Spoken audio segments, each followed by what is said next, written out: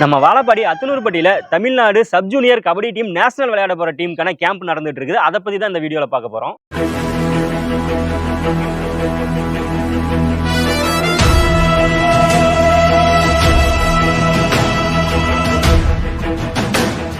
இப்போ நம்ம விபிகேசி sports அகாடமியோட founder Venkatesh sir தான் பார்க்க வந்திருக்கோம். சார் வணக்கம் சார். சார் உங்களை பத்தி சொல்லுங்களேன். நீங்க என்னை பற்றி சொல்லலாம், இந்த ஸ்போர்ட்ஸ் ஃபீல்டு வந்து நமக்கு சின்ன வயசுலேருந்து ரொம்ப விருப்பம் அந்த கபடி மேலே. ஓகே. இங்கே வாய்ப்புகள் ரொம்ப கம்மி, நம்ம கிராம சைடு இல்லைங்களா, வாய்ப்புகள் ரொம்ப கம்மி அப்படிங்கிறதுனால நம்ம சிட்டியில் போய் தான் அந்த ஸ்போர்ட்ஸை கற்றுக்க வேண்டிய ஒரு சூழல் இருந்துச்சு. ஓகே. அதை கற்றுக்கிட்டு பார்த்தீங்கன்னா பிகேஎம்சிஏ வந்து ஏவிஎஸ் காலேஜில் படித்தேங்க. அதை முடிச்சுட்டு பிபிஎட்னு சொல்லிட்டு பேச்சுலர் ஆஃப் ஃபிசிகலைசேஷன், அதை வந்து நாமக்கல்லில் படித்தேன். அந்த நாமக்கல்லில் நான் படிக்கும்போது என்ன பார்த்தீங்கன்னா அங்கே ஃபார்ம் 3ன்னு ஒரு சர்டிஃபிகேட் ஒன்று இருக்கு. அந்த இன்டர் காலேஜ் மீட்டுன்னு வரும். அதில் நல்லா பர்ஃபார்மன்ஸ் பண்ணுறவங்களுக்கு தமிழ்நாடு ஸ்போர்ட்ஸ் யூனிவர்சிட்டி சார்பாக ஒரு டீம் எடுப்பாங்க 12 பேர்த்தில். அந்த 12 பேர்த்து நானாக ஒன்றா இருந்தேன். அதுக்கப்புறம் அதை முடிச்சுட்டு பார்த்தீங்கன்னா அழகப்பா காரைக்குடியில் போய் படித்தேங்க, எம்பிஎட் படித்தேன். அந்த காரைக்குடி அழகப்பா யூனிவர்சிட்டி சார்பாக ஒரு யூனிவர்சிட்டி ஆடி இருக்கேன். இதை முடிச்சுட்டு பார்த்தீங்கன்னா இந்த கபடி மேலே ஒரு தீராத பட்டு நம்ம இருக்குது. இந்த கபடி வந்து நல்லா ட்ரை பண்ணணும், நாமளும் கற்றுக்கணும், நிறைய சொல்லி தரணும் அப்படின்னு ஒன்றா இருந்துச்சு. அதுக்காக NSNASன்னு சொல்லிட்டு அந்த கபடி கோச்சிங்னு தனியாக ஒரு கோர்ஸ் வந்து அவுரங்காபாத்தில் போய் மும்பை அவுரங்காபாத்தில் பண்ணிட்டு வந்தாங்க. அதுக்கப்புறம் பார்த்தீங்கன்னா நம்ம சேலம் டிஸ்ட்ரிக்ட் சார்பாக ஜூனியர் ஆடணும். அது பார்த்தீங்கன்னா 2011 3rd பிளேஸ். அதுக்கப்புறம் பார்த்தீங்கன்னா சீனியர் கேட்டகரியில் செலக்ட் பண்ணியிருந்தாங்க. சீனியர் கேட்டகரியில் நம்ம தமிழ்நாடு லெவலில் நம்ம சேலம் டிஸ்ட்ரிக்ட் முத 2014 வின்னர் எடுக்குது. அதாவது எல்லா டிஸ்ட்ரிக்ட்லையும் மேட்ச் நடக்கும். அதில் 2014 வின்னர் போட்டோம். அதுக்கப்புறம் 2015 வின்னரு, 2014 ரன்னரு, இப்படி தொடர்ந்து ஒரு 4-5 வருஷமா ஆடிட்டு இருக்கோம். அதில் பார்த்தீங்கன்னா 2 வருஷம் வின்னரு, 1 வருஷம் ரன்னர் ஆடி இருக்குங்க. அதுக்கப்புறம் பார்த்தீங்கன்னா 2018 நம்ம தமிழ்நாடு சார்பாக பீச் நேஷனல்ஸ் வந்து ஆந்திராவில் போய் சூரியகலா பீச்சில் ஒரு டைம் தமிழ்நாட்டுக்காக ஆடிட்டு வந்தோம், பீச் நேஷனல்ஸ்.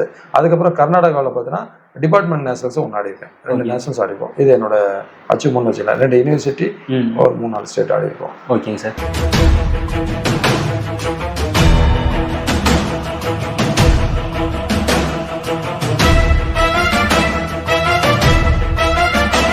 சார் இப்போ நம்ம அகாடமி பார்த்தீங்கன்னாக்கா எப்படி இதை ஸ்டார்ட் பண்ணீங்க, எப்படி அதை ஸ்டார்ட் பண்ணணும்னு உங்களுக்கு ஒரு ஐடியா வந்துச்சு?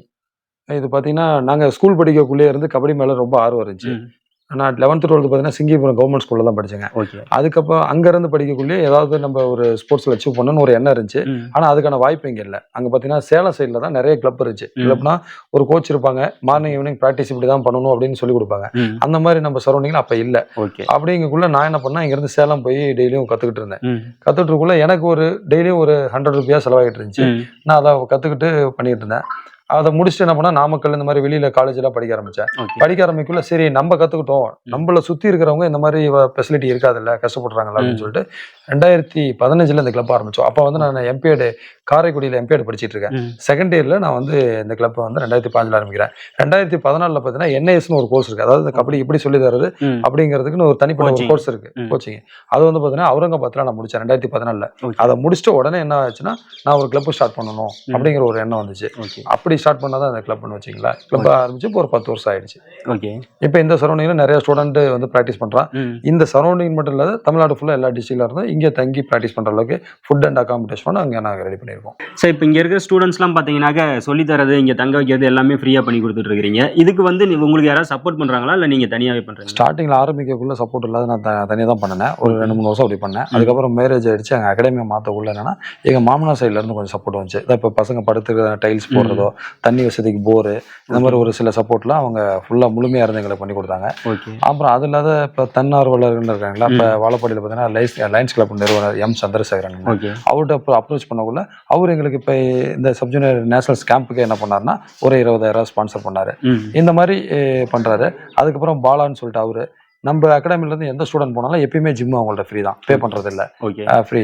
அதுக்கப்புறம் உதயகுமார்னு சொல்லிட்டு உதயகுமார்னு சொல்லிட்டு ஒரு தம்பி இருக்காப்புல, அவர் புதூர்.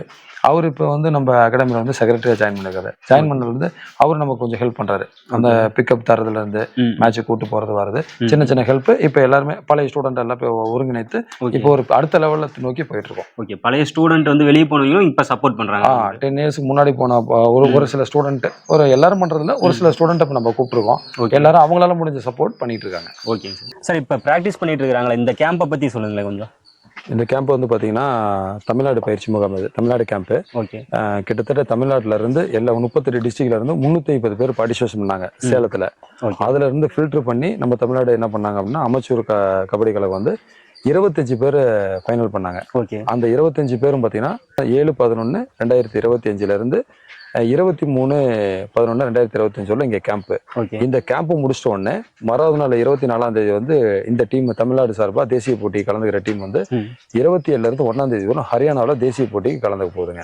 இதுல இருந்து இப்போ இன்னைக்கு ஃபில்டர் பண்ணிடுவோம், 14 பேர் எடுத்துருவோம். இந்த 14 பேர் தான் ஃபைனலா நம்ம தமிழ்நாடு சார்பாக இந்த வருஷம் ஆட போறாங்க. அதாவது 35வது சப் ஜூனியர்.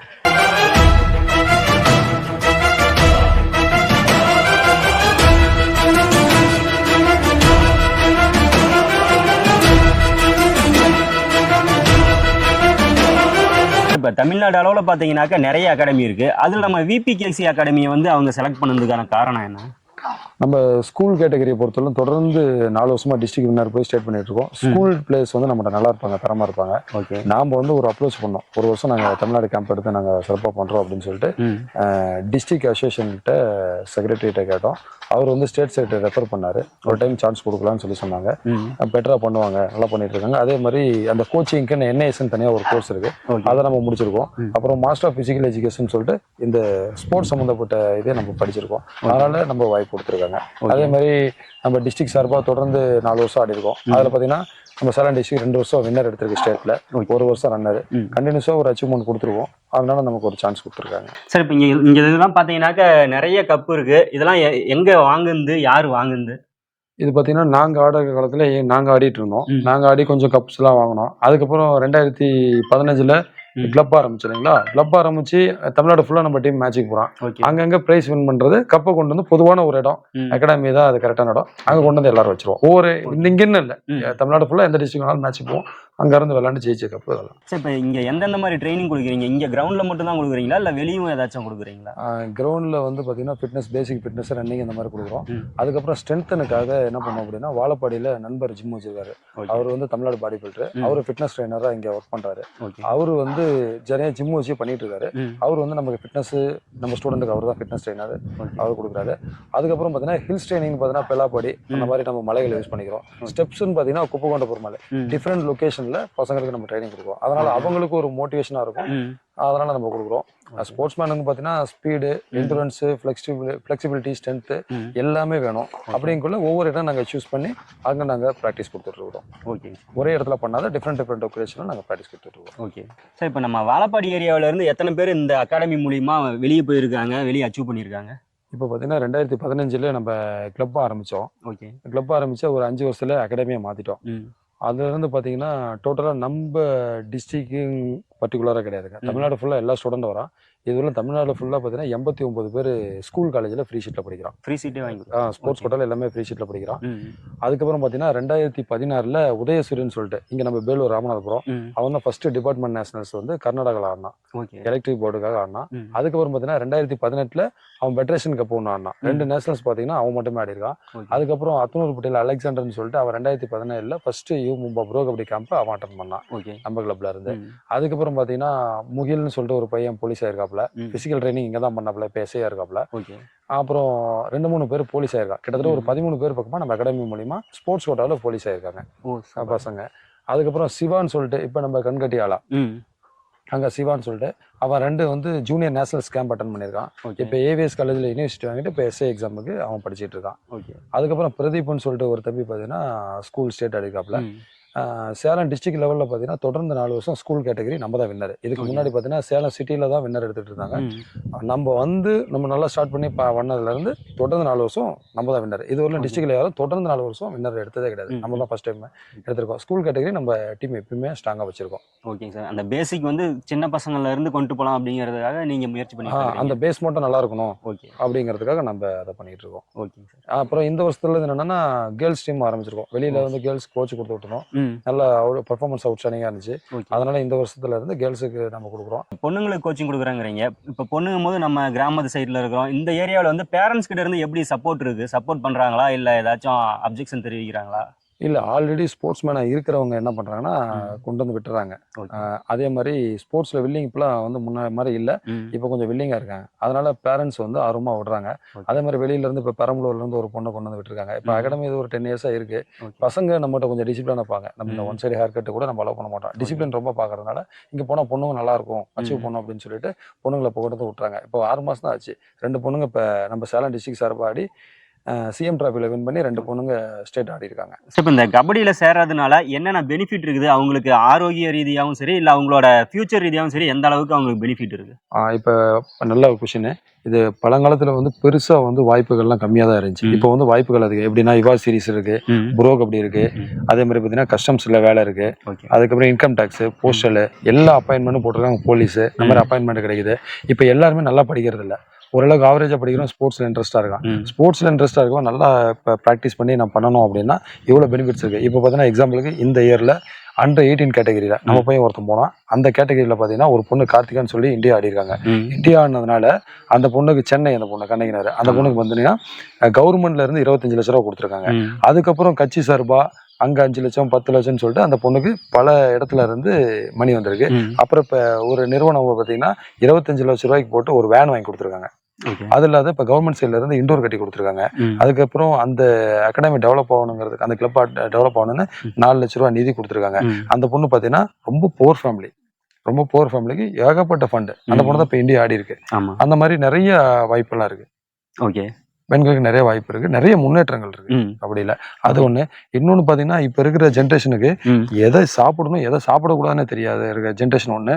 இன்னொன்னு பாத்தீங்கன்னா இப்ப நிறைய மொபைல் அடிக்ட் ஆயிட்டான். அதனால மொபைல் விட்டு வெளியில வரதில்ல. இப்ப அவன் வந்து அப்பாயின்மெண்ட் ஆகுறதுல அடுத்த ராத்திரி. இப்ப வந்து அவன் முதல்ல பிராக்டிஸ் பண்ணிட்டு உடல் ஆரோக்கியத்துக்கு ஸ்போர்ட்ஸுங்கிறது தேவை. கபடிங்கிறதுல காமனா ஏதாவது ஒரு கேம்ல அவன் இருந்துட்டானா உடல் ஆரோக்கியமா இருந்துருவான். உடல் ஆரோக்கியம்னு ஒண்ணு வந்துருச்சு அப்படின்னாவே அவன் சக்சஸ்ஃபுல்லான பர்சன் தான். கண்டிப்பா அதுக்கு ரொம்ப முக்கியம் ஸ்போர்ட்ஸ். நம்ம கபடி பிளேயர்ஸ்க்குன்னு ஏதாச்சும் இதுதான் பண்ணணும், இது பண்ணக்கூடாது, இல்லை இங்கே வந்துட்டாக்க இதெல்லாம் பண்ணக்கூடாது அப்படிங்கிறது இருக்குங்களா? இருக்கு. இப்போ வந்து கபடி பிளேயர்ஸ் இல்லை, பொதுவாக ஸ்போர்ட்ஸ்மேனாவே டிசிப்ளினாக இருக்கணும். டிசிப்ளின் அப்படின்னா இங்கேனாலும் சரி எங்கேனாலும் சரி, கிரவுண்டுக்கு வந்து 5 மணி டைமிங்னா 5 மணிக்கு பஞ்சுவாலிட்டியாக போகணும். அதே மாதிரி ப்ராக்டிஸ் முடிச்சுட்டா ஃபுட்டு டயட்டை கரெக்டாக மெயின்டைன் பண்ணணும். ரொம்ப சுத்தமாக இருக்கணும் ஸ்டூடெண்ட்டு. ஏன்னா அழுக்கு அந்த மாதிரிலாம் இருக்கக்கூடாது, அது ரொம்ப முக்கியம்.